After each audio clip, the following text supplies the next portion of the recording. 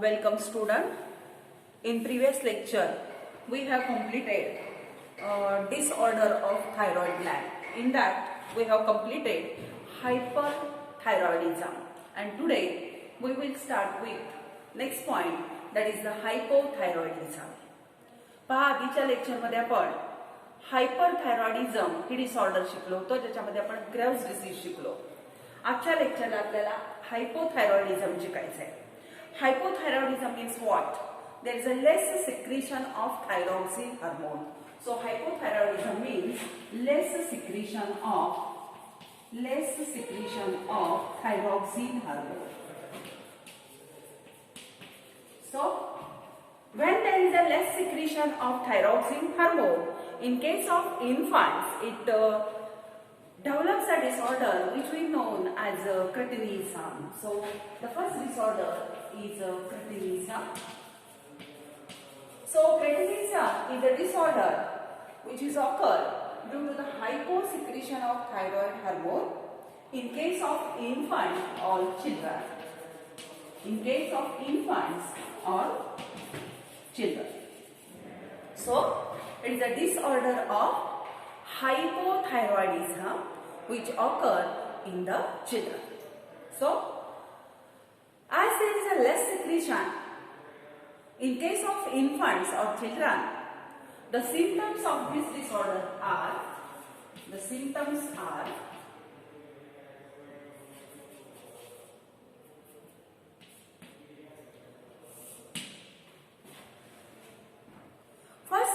is BMR reduced.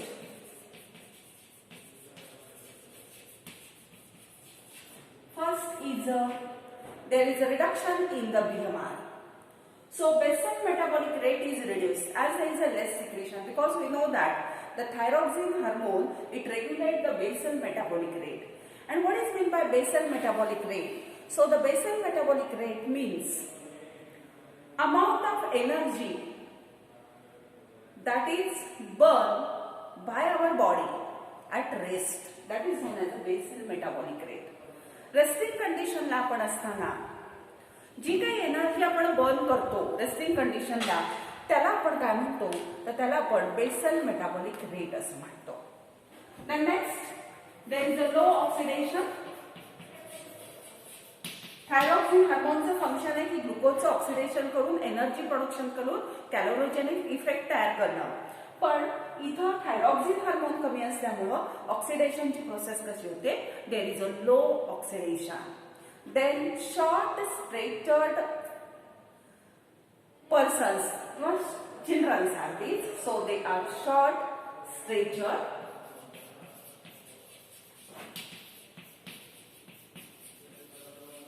Means there is a no proper development of skeleton. As there is a no development of skeleton, then there is a no growth of that person, they become dull. So that is a short stature. Next, they are mentally retarded. They are mentally retardation. Means physical development is no there. Also there is a mentally retarded, or mental and physical development is not proper because there is a less secretion of thyroxine hormone. Then dry skin, thick tongue. Dry skin, the skin of that children become dry. Then the tongue become thick. Clear? Next, prolonged neonatal jaundice. Prolonged neonatal jaundice. ह्या मुलांच्या मध्ये bye बर्थच यांना कावीळ झालेली असते. लिथर्जी and constipation.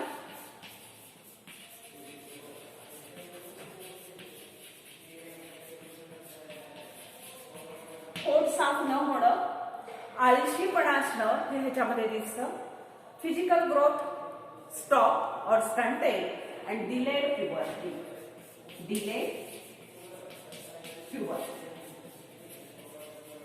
पहा काय काय लक्षणं दिसतात. ह्याच्यावरती नोट विचारतात, ह्याच्यावरती एमसीक्यू असतो. MCQ असा असतो पहा, hypothyroidism in case of children cause dash dash. मग तिथे तुम्हाला माहित पाहिजे की क्रेटिनिझम. So cretinism is a disorder which is occur in the children due to the less secretion of thyroxine hormone. As there is a less secretion, that the basal metabolic rate is reduced. Means basal metabolic rate means that is the energy burned by our body at rest condition that get reduced. There is a low oxidation means less energy production. Short stature, no proper development of स्केलेटनची development नसते, त्यामुळे ते उंचीला कमी असतात.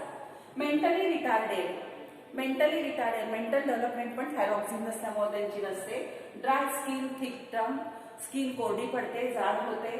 Prolong neonatal jaundice, कावीळ झालेली असते बाय बर्थ त्यांना. लिथर्जी आणि कॉन्स्टिपेशनचा त्रास असतो, आळशी असतात ती मुलं. आणि delayed puberty, physical growth stop होते, मेंटल रिटार्डेशन येतं आणि ह्या व्यक्तींना प्युबर्टी म्हणजे मॅच्युरिटी जी असते ती सुद्धा खूप उशिरा येते. That is about the cretinism. आता ह्याच्यानंतर दुसरी डिसऑर्डर आपल्याला हायपोथायरॉइडिझमचीच पाहायची आहे, पण ती दुसरी डिसऑर्डर आहे जिला आपण म्हणतो मिक्झोएडिमा. काय म्हणतात तिला? Second disorder is known as a myxoedema. आणि हा मिक्झोएडिमा that is a disorder occur due to the hypothyroidism but it occur in the adult. हे महत्वाचं आहे. So this order occur in the adult. adult मध्ये ही दिसते. आता adult मध्ये काय काय लक्षणं दिसतात? समजा ती adult व्यक्ती आहे आणि adult व्यक्तीमध्ये उशिरा म्हणजे adult झाल्यानंतर लेस सिक्रेशन झाले थायरॉक्सिन हार्मोनचा, तर तिच्यामध्ये दिसणारी लक्षणं कुठली आहेत पहा. Thickening of skin and puffiness also. त्या व्यक्तींची जी स्किन असते ती थिक बनते, जाड बनते खूप, आणि पफिनेस म्हणजे सुजल्यासारखी सोलन अशी ती दिसते. नंतर सबक्युटॅनियस टिश्यू डिपॉझिशन,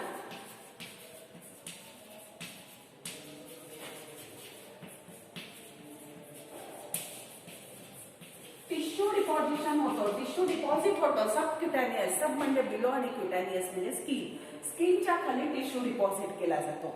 आणि स्किन एस्पेशली कुठल्या तर फेस रिजन मध्ये किंवा लोअर एक्स्ट्रीमिटीज जे असतात त्या खालच्या बाजूला असं, आणि चेहऱ्यावरती हा टिश्यू डिपॉझिट केल्यामुळे त्याचा चेहरा, त्याचे हात वगैरे आपल्याला सुजल्यासारखे दिसतात. नंतर that patient lack alertness and intelligence, lack of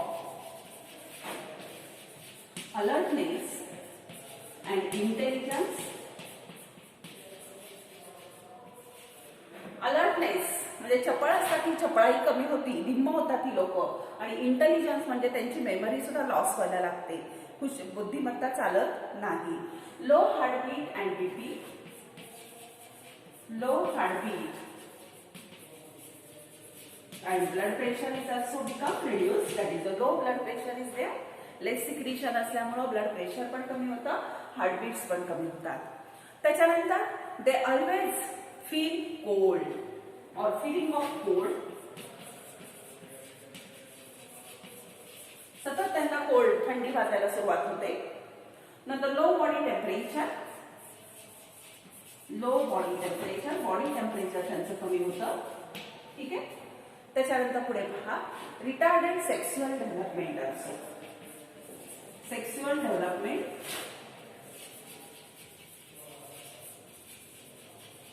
retarded. हा लक्षात येते का? अवघड काहीच नाहीये. जाड आणि पफी स्किन होते, सुजल्यासारखी आणि जाड दिसते. त्याचा जे काही चेहरा आहे, हात आहे, तिथं टिश्यू डिपॉझिट होतो, त्यामुळे सोलन पोर्शन दिसतो. त्या व्यक्ती थोड्याशा मंद होतात, अलर्टनेस त्यांचा जातो, इंटेलिजन्स त्यांचा कमी होतो, बुद्धिमत्ता शार्प राहत नाही, आठवत वगैरे नाही त्यांना.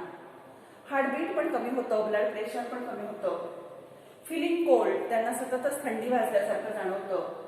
बॉडी टेम्परेचर पण त्यांचं कमी होतं नॉर्मलपेक्षा. आणि sexual development retard, sexual development जी असते ती त्यांच्यामध्ये कमी होते. That is about the myxoedema. बरोबर? मग लक्षात घ्या, हायपोथायरॉइडिझमच्या 2 डिसऑर्डर, एक लहान मुलांच्या मधली, एक मोठ्या माणसांच्या मधली. लहान मुलांच्या मधली जी आहे तिला आपण म्हणतो क्रेटिनिझम आणि मोठ्या माणसांच्या मध्ये त्याला आपण काय म्हणतो मिक्झोइडिमा. आणि दोन्हीही डिसऑर्डर कशाचे आहेत? हायपोथायरॉइडिझम. ठीक आहे. मग आता हे झाल्यानंतर आपल्याला पुढची डिसऑर्डर शिकायची. ती पुढची डिसऑर्डर थोडी वेगळी आहे, लक्षात घ्या. त्या पुढच्या डिसऑर्डरला आपण म्हणतो सिंपल गॉइटर. त्याला काय म्हटलं जातं? Simple goitre. Third disorder is simple goitre. आता इथे एक लक्षात घ्या, हे जे सिंपल गॉइटर आहे ही हायपोथायरॉइडिझम नाही आहे, लक्षात घ्या. त्यामुळे इथे लक्षात ठेवू नका की हायपोथायरॉइडिझम आहे. तर सिंपल गॉइटर कशामुळे होतो? तर when there is a iodine deficiency in our diet, it causes a disorder known as a simple goiter. Simple goitre म्हणजे काय? तर तुमच्या डाएट मध्ये आयोडीन कमी पडलं तर ही साधा बेसिक तुम्हाला सांगते ह्याच्या मागचं, की समजा आपली थायरॉइड ग्लँड थायरॉक्सिन नावाचं हार्मोन सिक्रेट करते. हे हार्मोन सिंथसाइज करण्यासाठी तिला आयोडीन लागतं, बरोबर? मग आयोडीन तिला मिळालं नाही म्हणून ती आकाराने मोठी व्हायला लागते आणि मग नेक रिजन मध्ये ती दिसायला सुरुवात होते. त्याला म्हणतात simple goitre. So it is a deficiency due to the iodine और आयोडीन डिफिशियन्सी. आयोडीन डिफिशियन्सी झाल्यामुळे जे डिसऑर्डर निर्माण होते त्याला म्हणतात सिंपल गॉइटर. सिंपल गॉइटर मध्ये काय होतं? Iodine is required for the synthesis of thyroxine hormone. So, to absorb more and more iodine, the gland become enlarged. त्याला म्हणतात simple goiter. And mostly, it is common in the hilly areas. Hilly areas मध्ये राहणारे जे लोक आहेत त्यांच्यामध्ये ही disorder तुम्हाला दिसते. आता त्यांच्यातच का दिसते? तर त्यांची जी काही जमीन आहे, आता लक्षात घ्या, पाण्यामधून किंवा आपल्याला अन्नामधून आपण आयोडीन मिळवतो, पण त्यांच्या जमिनीमध्येच आयोडीनचं प्रमाण कमी असल्यामुळं त्या व्यक्तीमध्ये ही डिफिशियन्सी आपल्याला मोस्टली दिसून येते. ठीक आहे. आणि मग ही डिफिशियन्सी जर तुम्हाला कव्हर करून काढायची असेल तर आपण त्याच्यासाठी काय म्हणतो? आयोडाइज सॉल्ट खा. आपण सुद्धा पाहतो की नाही, आयोडाइज सॉल्ट घेतो जेवणामध्ये. का? तर त्याच्यामध्ये आयोडीन असतं आणि आयोडीन कशासाठी लागतं? तर थायरॉक्सिन हार्मोनच्या सिक्रेशनसाठी लागतं. That is about the simple goitre. आता हे झाल्यानंतर हे थायरॉक्सिन बद्दल खूप सारं आपण बोललो. आता पुढचा पॉइंट आपल्याला शिकायचा आहे आणि तो पुढचा पॉइंट आहे कॅल्सिटोनिन हार्मोन. थायरॉइड ग्लँड बद्दल हे आपण पाहिलं की थायरॉइड ग्लँडचा एक हार्मोन आता आपण कंप्लीट केलं, थायरॉक्सिन. आता दुसरा हार्मोन आहे ज्याला आपण म्हणतो थायरोकॅल्सिटोनिन, की जे पॅरा फॉलिक्युलर सेल सिक्रेट करतात किंवा सी सेल त्या सिक्रेट करतात, बरोबर आहे. आता हे जे कॅल्सिटोनिन नावाचं हार्मोन आहे हे काय काम करतं? तर it regulate the calcium and phosphate level in the blood. Calcium and phosphate level in blood. आता पहा, हे थोडंसं लक्षात घ्या म्हणजे पुढे पॅराथायरॉइड ग्लँड शिकवताना तुम्हाला आणखीन क्लिअर होऊन जाईल. तर कॅल्शियम आणि फॉस्फेट लेवल जी आहे तुमच्या ब्लड मधली ते रेग्युलेट करायचं काम हे कॅल्सिटोनिन नावाचं हार्मोन करतं. हे कॅल्सिटोनिन नावाचं हार्मोन पॅराफॉलिक्युलर सेल्स किंवा ज्याला तुम्ही सी सेल्स म्हणता त्या सेल्स सिक्रेट करतात. Now this hormone is secreted when the calcium level in the blood get increased. When there is a increase in calcium and phosphate level in the blood, there is a secretion of calcitonin. Means this calcitonin, it decreases the increased calcium level or phosphate level in the blood. Is it clear? लक्षात येतं का? पहा, कॅल्सिटोनिन केव्हा secret होतं की ज्या वेळेला तुमच्या ब्लड मध्ये कॅल्शियम आणि फॉस्फेट लेवल वाढलेली असते त्यावेळेला कॅल्सिटोनिन सिक्रेट होतं. मग कॅल्सिटोनिन काय करतं? It reduce the increase or lowers the concentration of calcium and phosphate. So it lowers or decreases the calcium and phosphate level. हे नीट लक्षात घ्या म्हणजे पुढचं लक्षात येईल. ह्याच्या अपोजिट वर्क करणारा पॅराथायरॉइडचं हार्मोन आहे हे मी लगेच इथं शिकवणार आहे पहा. मग ज्या वेळेला कॅल्शियम लेवल ब्लड मधली वाढली जाते त्यावेळेला कॅल्सिटोनिन सिक्रीट केलं जातं आणि मग कॅल्सिटोनिन काय काम करतं तर ते तुमच्या ब्लड मधली कॅल्शियम लेवल लोअर करायला सुरुवात करतं. आणि कशा प्रकारे लोअर करतं तर by decreasing the release of calcium from bone. कशा प्रकारे डिक्रीज करतं लोअर करतं तर by decreasing calcium from bone. By decreasing the release of calcium from bone. कॅल्शियमला सांगतं की तू ब्लड मध्ये बोनला सांगतं की तू ब्लड मध्ये कॅल्शियम रिलीज करू नको. ही एक पद्धत. आणि दुसरा बॉम्बला असं स्टिम्युलस देतं to absorb the calcium from the blood by increasing the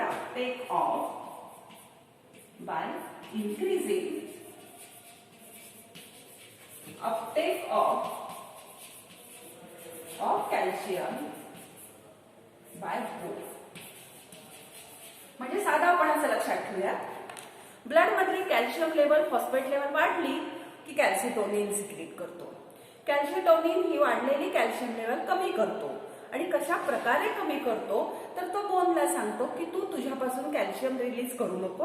आणि दुसरी गोष्ट म्हणजे जे काही ब्लड मध्ये कॅल्शियम वाढलेले ते तू काय कर ऍब्झॉर्ब कर.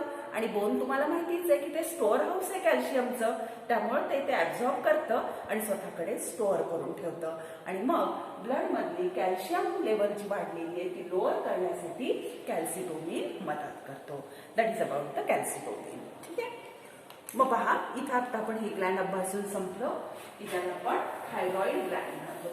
आता पुढची ग्लँड आपल्याला शिकायची आहे की ज्या ग्लँडला आपण पॅराथायरॉइड ग्लँड असं म्हणतो.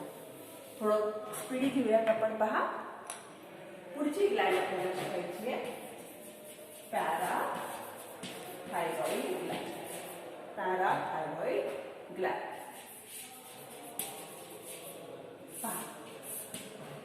आता ही जी पॅराथायरॉइड ग्लँड आहे तर ह्या पॅराथायरॉइड ग्लँडचं लोकेशन आपल्याला माहित करून घ्यायचं आहे की ते कुठे लोकेट आहे. तर पहा पॅराथायरॉइड ग्लँडचं लोकेशन असं आहे की तिचं लोकेशन असतं ते म्हणजे आपण थायरॉइड ग्लँड सगळेजण शिकलो. ह्या थायरॉइड ग्लँडच्या डॉर्सल साइडला प्रेझेंट थायरॉइड ग्लँडचे जे राईट लोब आणि लेफ्ट लोब आहे ह्या दोन्ही लोबच्या पाठीमागं प्रेझेंट असणारी ही ग्लँड आहे की जिला आपण काय म्हणतो पॅराथायरॉइड ग्लँड असं म्हणतो. थोडीशी रफ डायग्राम मी इथं काढते. पहा फार काही त्याला आपण वेळ घालवायला नको. पहा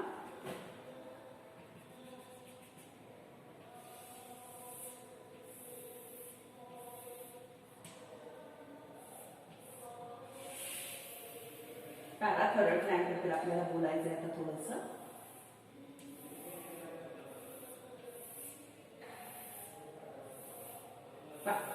आणि इथं याचे लोब्स आहेत हे तुम्हाला सगळ्यांना माहिती आहे.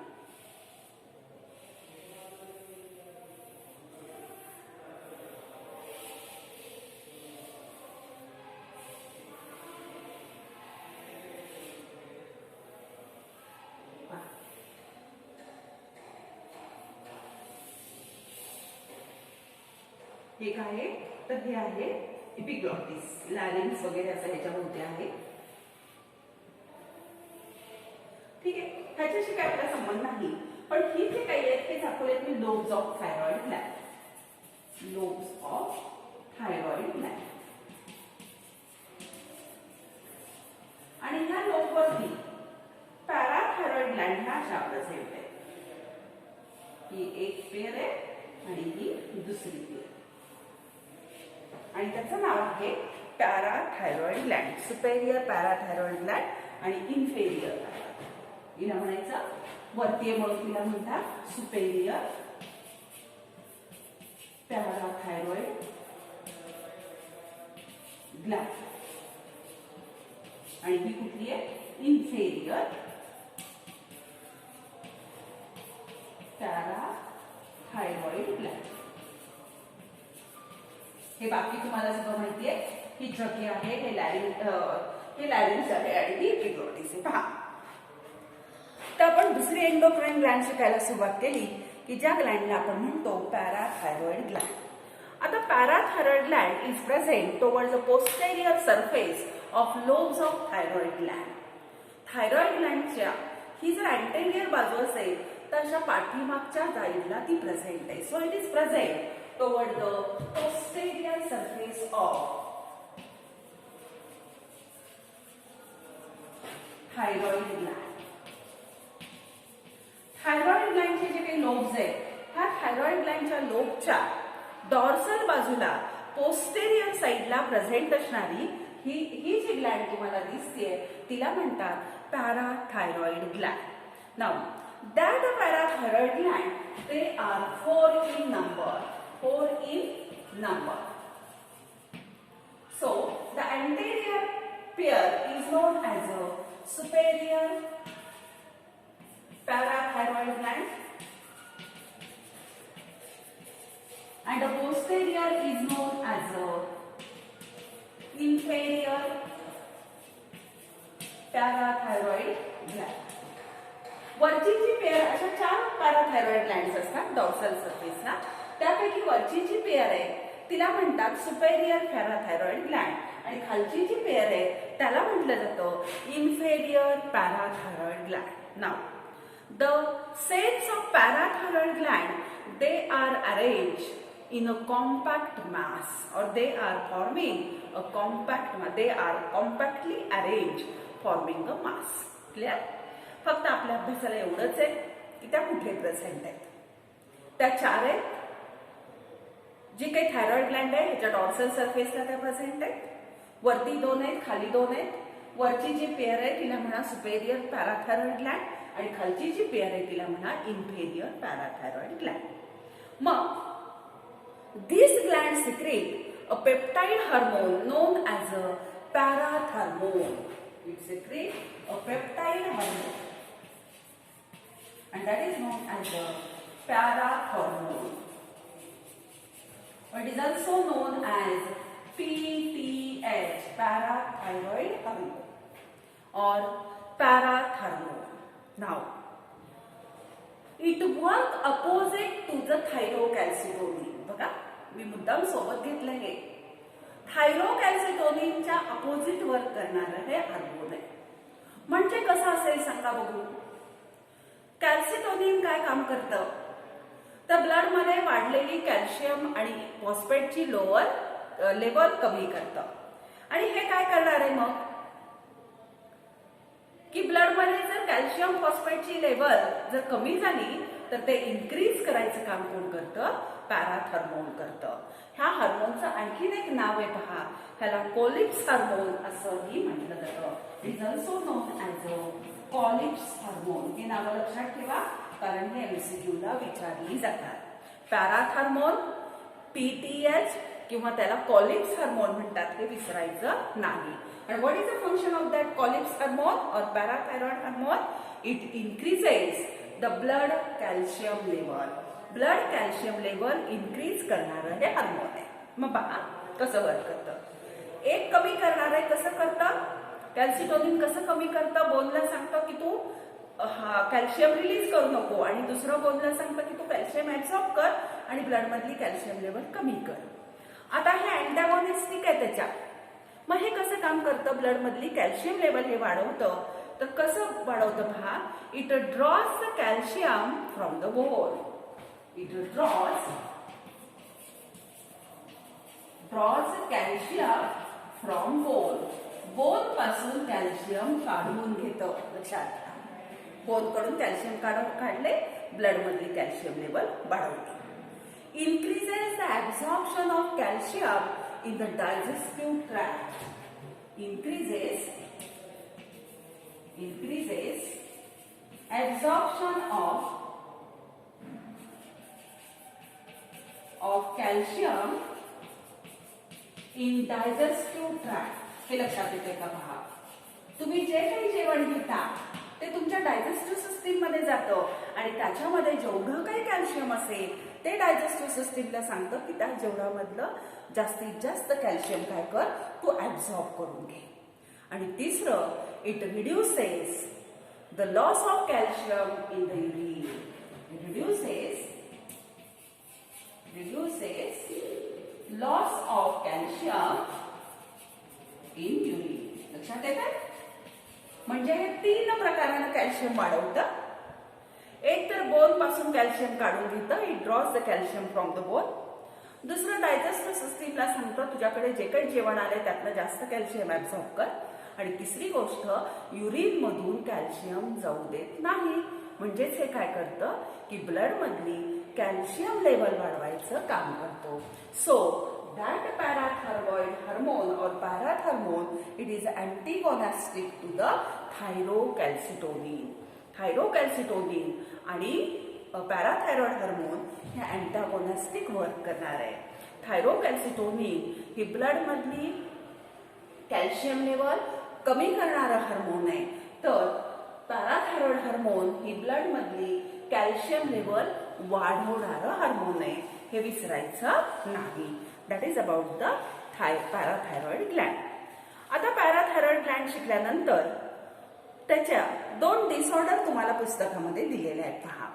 मग त्या डिसऑर्डर कुठल्या आहेत तर त्याच्यामध्ये पहिल्यांदा हायपोसिक्रिशनची डिसऑर्डर आपण शिकणार आहोत.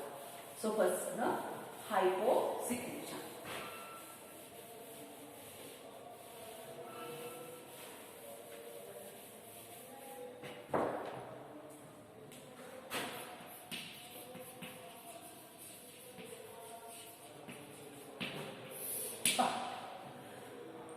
आता हायपोसिक्रिशन होतंय म्हणजे काय होतंय तर लेस सिक्रिशन झालं पॅराथायरॉइड हार्मोनचं तर काय होतं पहा. There is a parathyroid tetany. The disorder is known as a parathyroid tetany. त्याला काय म्हणतात पॅराथायरॉइड टिटॅनी. किंवा आणखीन एक त्याला नाव आहे पहा हायपोकॅल्सेमिक टिटॅनी. हायपोकॅल्सेमिक टिटॅनी. दोन्ही नावं. When there is a less secretion of PTH hormone, at that time it develops a disorder known as a parathyroid tetany or hypocalcemic tetany. आता हायपोकॅल्सेमिक टिटॅनी होतं म्हणजे काय होतं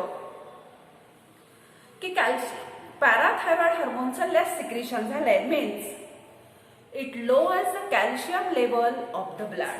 As there is a less secretion of PTH चं secretion कसं होतं लेस होतं.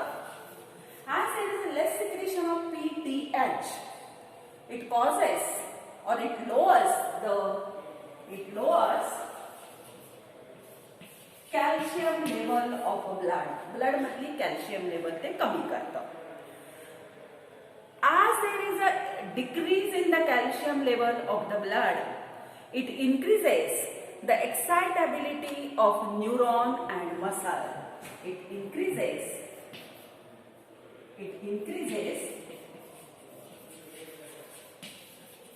excitability of muscles and neurons.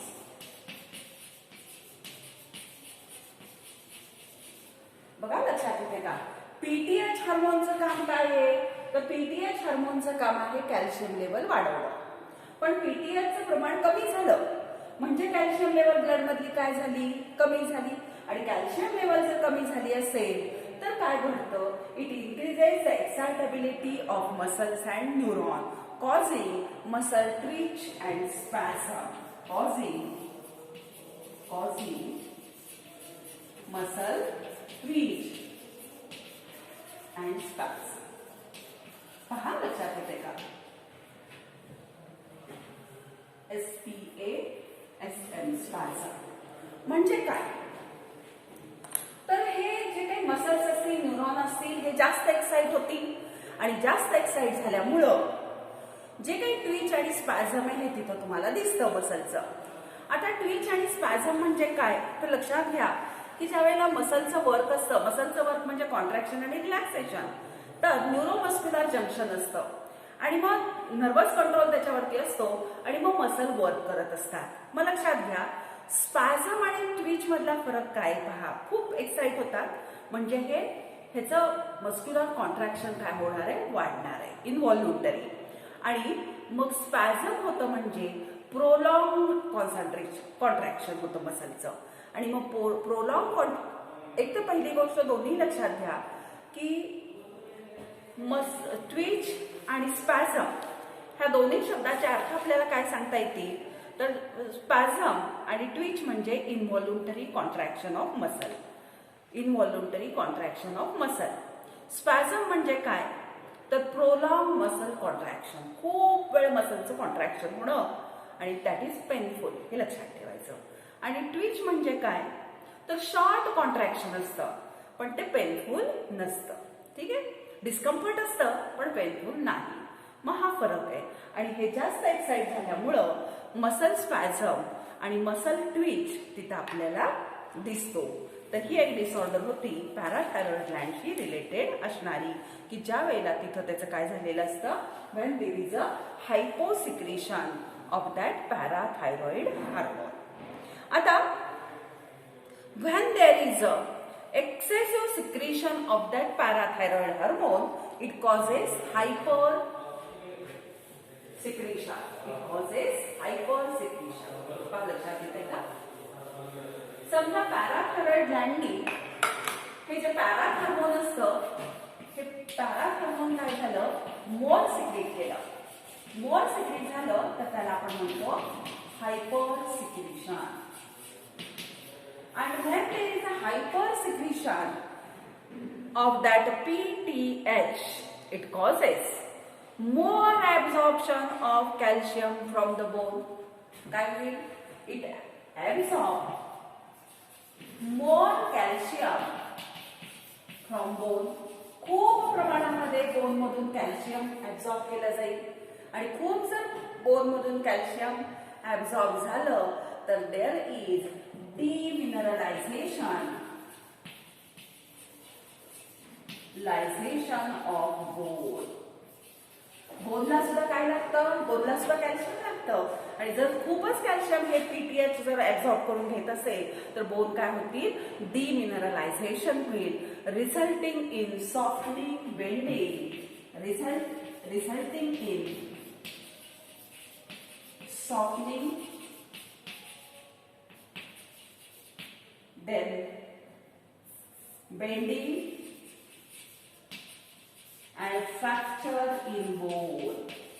हाडं इतकी ठिसूळ होतील कॅल्शियम जास्त त्याच्यातून काढल्यामुळं की ते सॉफ्ट बनतील, मऊ होतील, बेंड पण होतील, वाकायला लागतील आणि किरकोळ जरी इजा झाली तरी ती फ्रॅक्चर सुद्धा होऊ शकतात.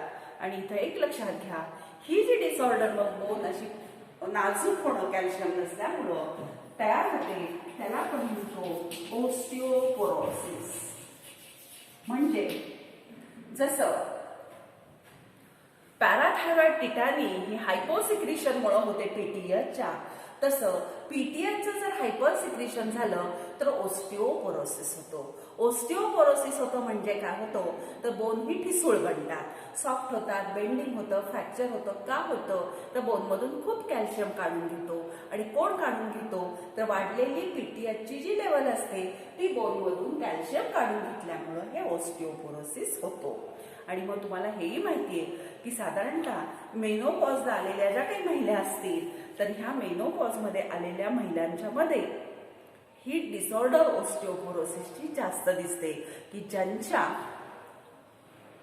ज्यांच्यामध्ये बोन ही ठिसूळ होतात. आणि मेनोपॉज म्हणजे काय, की ज्या वेळेला मेन्स्ट्रुअल सायकलचं स्टॉपेज असतं त्यावेळेला त्याला आपण काय म्हणतो, तर त्यावेळेला त्याला आपण मेनोपॉज असं म्हणतो. ठीक आहे. आता त्याच्यानंतर पुढची एक छोटीशी ग्लँड तुमच्या पुस्तकात दिली आहे, ती आपण शिकू आणि नंतर मग आपण एमसीक्यू पाहूयात. पुढची एक ग्लँड आहे आपल्या पुस्तकामध्ये दिलेली, तिला म्हणतात thymus Gland. So next Gland is known as a thymus Gland. पहा, ऑलरेडी रेग्युलर लेक्चरला आपल्याला व्यवस्थित शिकून झालंय, पण रिव्हिजन मध्ये आपण ह्याच्यातून पुढे जाणार आहोत, लक्षात घ्या. So the next Gland is known as a thymus Gland.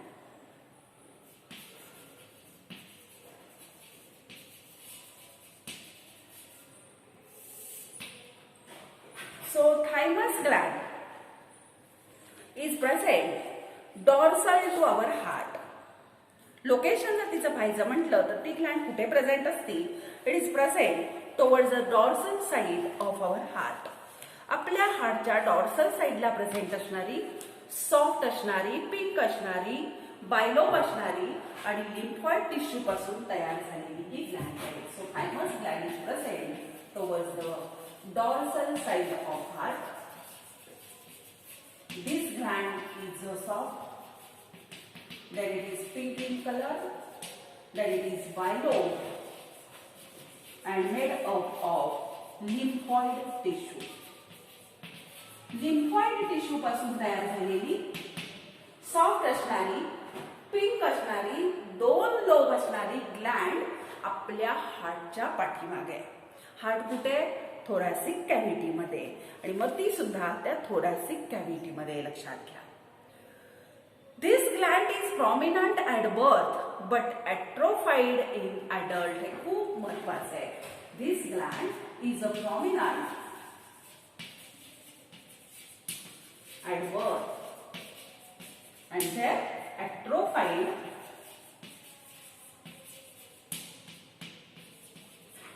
it is atrophied in adult. म्हणजे काय बघा, ही ऍक्टिव्ह असते. कधी?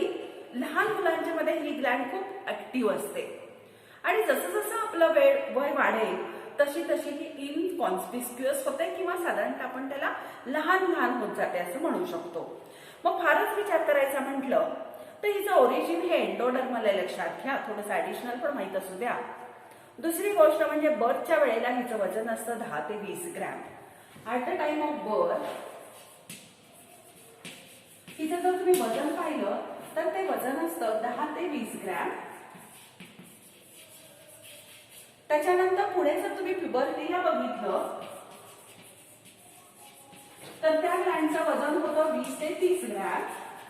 ठीक आहे. आणि जर तुम्ही ओल्ड एज मध्ये तिचं वजन बघितलं तर ते झालेलं असतं फक्त 3 ते 6 ग्रॅम. लक्षात येतं? म्हणजे पहा, टाइम ऑफ बर्थ तिचं वजन आहे 10 ते 20 ग्रॅम. अडल्ट किंवा प्युबर्टी जेव्हा असते, मॅच्युरिटी जेव्हा असते तेव्हा ते असतं 20 ते 30 ग्रॅम आणि ओल्ड पर्सन मध्ये ते झालेलं असतं 3 ते 6 ग्रॅम. म्हणून ह्याला टेम्पररी ग्लँड असं म्हटलं जातं. ही कशी ग्लँड आहे? टेम्पररी आहे. प्युबर्टी किंवा मॅच्युरिटी येईपर्यंत ही ग्लँड खूप छान पद्धतीनं काम करते आणि नंतर मात्र त्या आकाराने हळूहळू लहान होत जाते. So it is known as a temporary Gland असो. लक्षात. ठीक आहे. तिला काय म्हणतात? टेम्पररी ग्लँड असं म्हणतात. आणि मग ह्या ग्लँडचं जे हार्मोन आहे त्या हार्मोनचं नाव आहे thymosin. So it secretes a hormone known as a thymosin.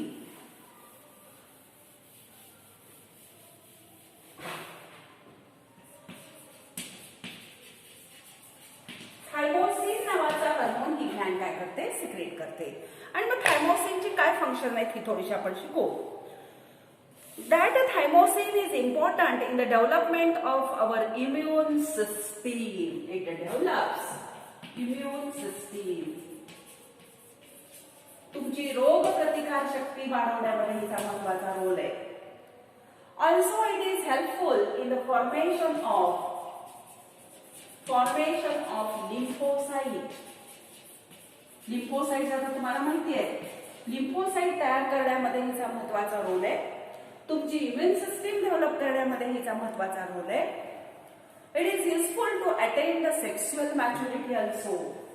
It is useful to attain sexual maturity. Sexual maturity attain करण्यामध्ये सुद्धा हिचा महत्वाचा वाटा आहे, लक्षात घ्या. आणि आणखीन एक माहिती असू द्या, it inhibit the acetyl choline release. It inhibit acetyl choline release. Acetyl choline release होऊ देत नाही न्यूरोमस्क्युलर जंक्शनला. का ते मी पुढे तुम्हाला सांगते. It also promote in the production of antibody. Means it is helpful in the humoral immune system. आता हे खूप डिटेल आहे, लक्षात घ्या. आता मी इथे शिकवत बसणार नाही. आता तुम्ही एवढंच लक्षात ठेवायचं की थायमस ग्लँडचं हार्मोन आहे थायमोसिन. थायमोसिन काय कामं करतं, तर इम्युन सिस्टीम आपली डेव्हलप करतं, इम्युन रिस्पॉन्स वाढवतं, लिम्फोसाइट तयार करतं, सेक्शुअल मॅच्युरिटी अटेंड करायला मदत करतं, ऍसिटिल कोलिनचा रिलीज इनहिबिट करतं, कमी करतं, आणि ह्युमरल इम्युन सिस्टीम म्हणजे अँटीबॉडी फॉर्मेशनला सुद्धा मदत करतं.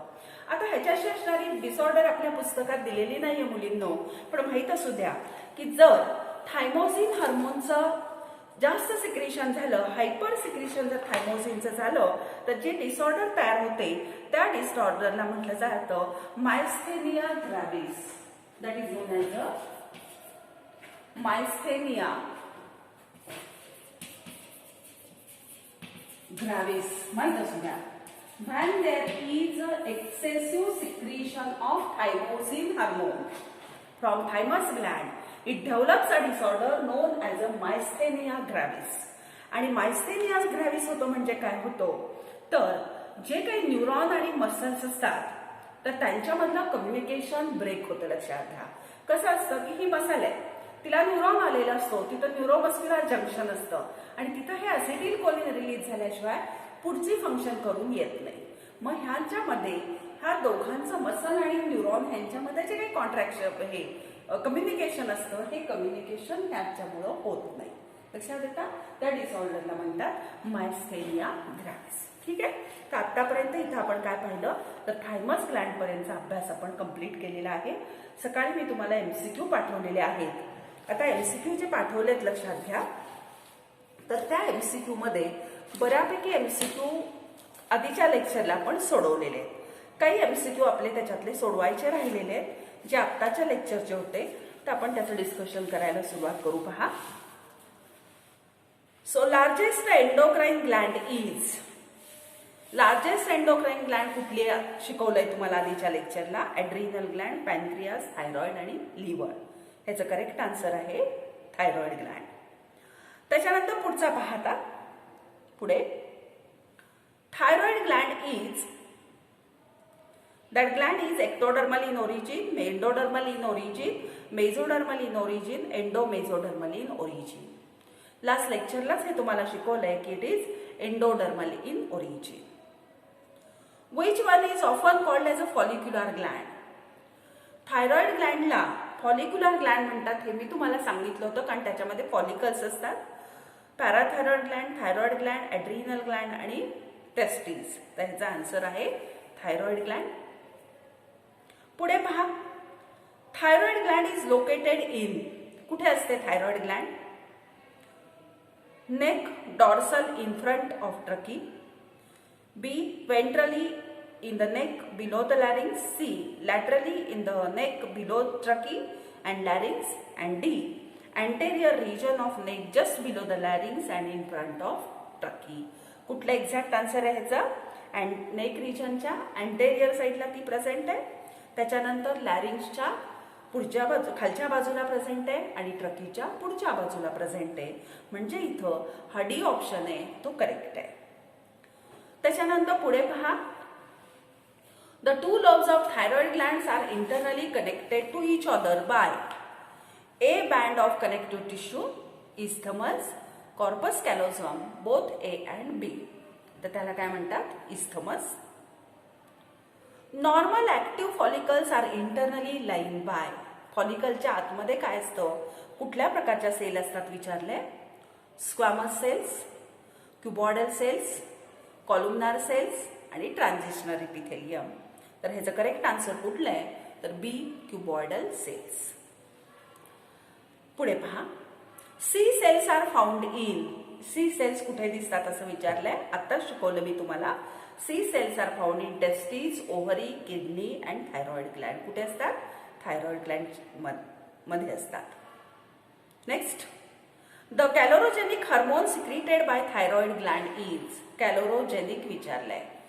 ऑक्सिडेशन घडून आणणारं, एनर्जी प्रोडक्शन करणारं म्हणजेच कॅलोरोजेनिक हार्मोन कुठले पहा? Thyrocalcitonin, thyroglobulin, thyroxine, both B and C. Thyroxine लक्षात ठेवा, वेगळं आहे.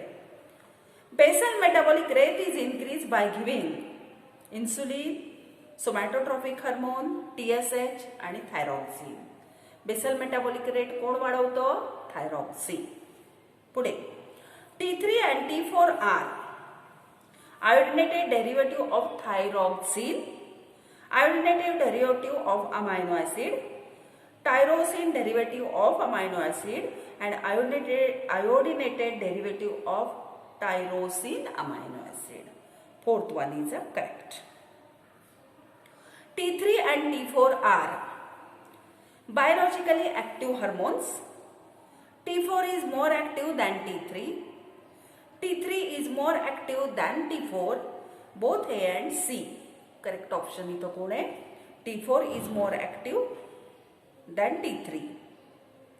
T3 is more active than T4. Both A and C. A and C answer correct आहे इथं. Biologically active hormone आहेत.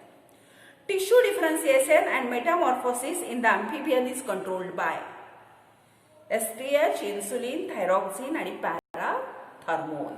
त्याचं आन्सर कुठलं आहे? Thyroxine. Thyroxine is synergistic to. Synergistic hormone कोणाचे विचारले ते? STH, इन्सुलिन, FSH आणि TSH. तर थायरॉक्सिन हे हार्मोन कोणाशी सिनर्जेस्टिक आहे असं तुम्हाला विचारलेलं आहे. तर त्याचा आन्सर आहे STH. तर साधारणतः ह्याच्यामध्ये लक्षात घ्या की तुम्ही वेगवेगळी पुस्तकं जर रेफर करत असाल तर त्याच्यामध्ये असे वेगवेगळे हे तुमच्या अभ्यासाला येतील. तर ह्याच्यामध्ये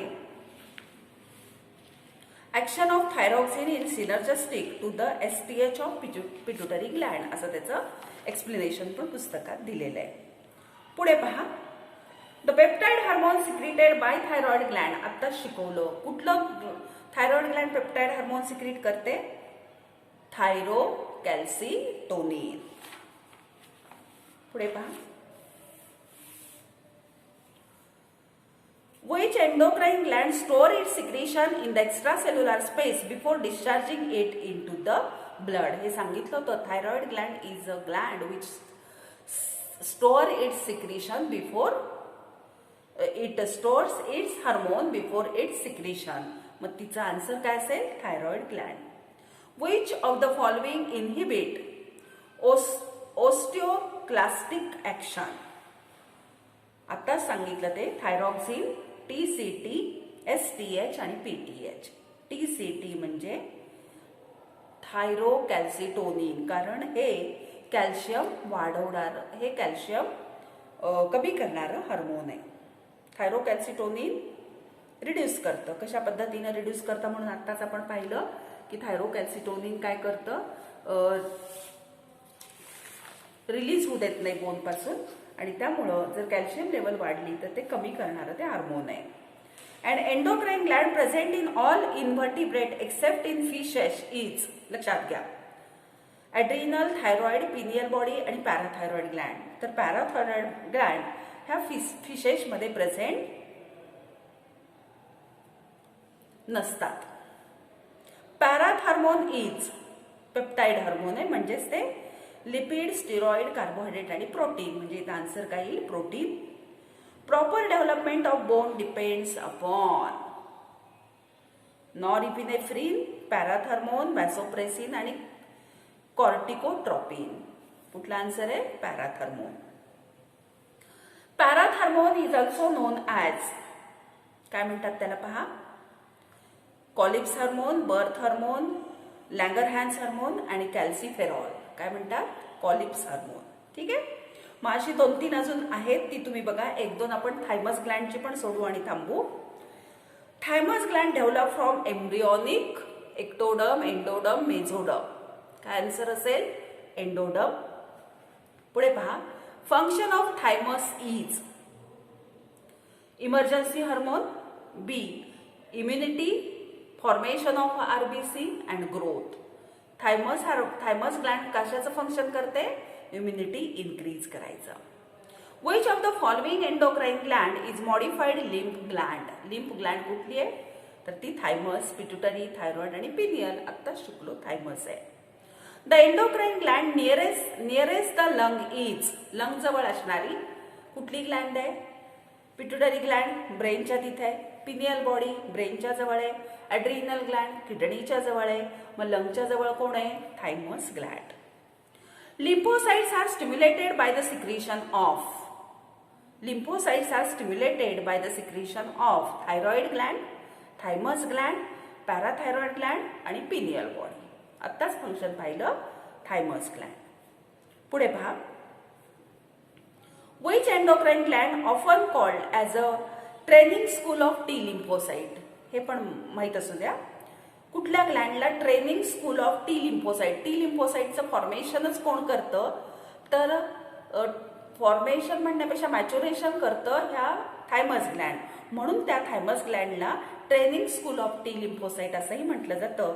so the answer is thymus gland. Role of thymosin is to stimulate the secretion of acetylcholine, to inhibit the release of acetylcholine, to accelerate cell division and stimulate the lymphocyte formation.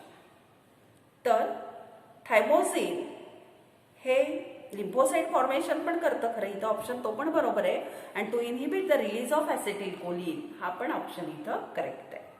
किंवा असं आपण ह्याला म्हणूया, inhibit the lymphocyte formation इथं करून घ्या, मग answer कुठलं करेक्ट आहे आपलं? To inhibit the release of acetylcholine. ठीक आहे, तर हे आपलं आजचं सीईटीचं लेक्चर होतं. पुढच्या लेक्चरला आपण ॲड्रिनल ग्लँड शिकायला सुरुवात करणार आहोत. तर आपण आज इथं थांबूयात.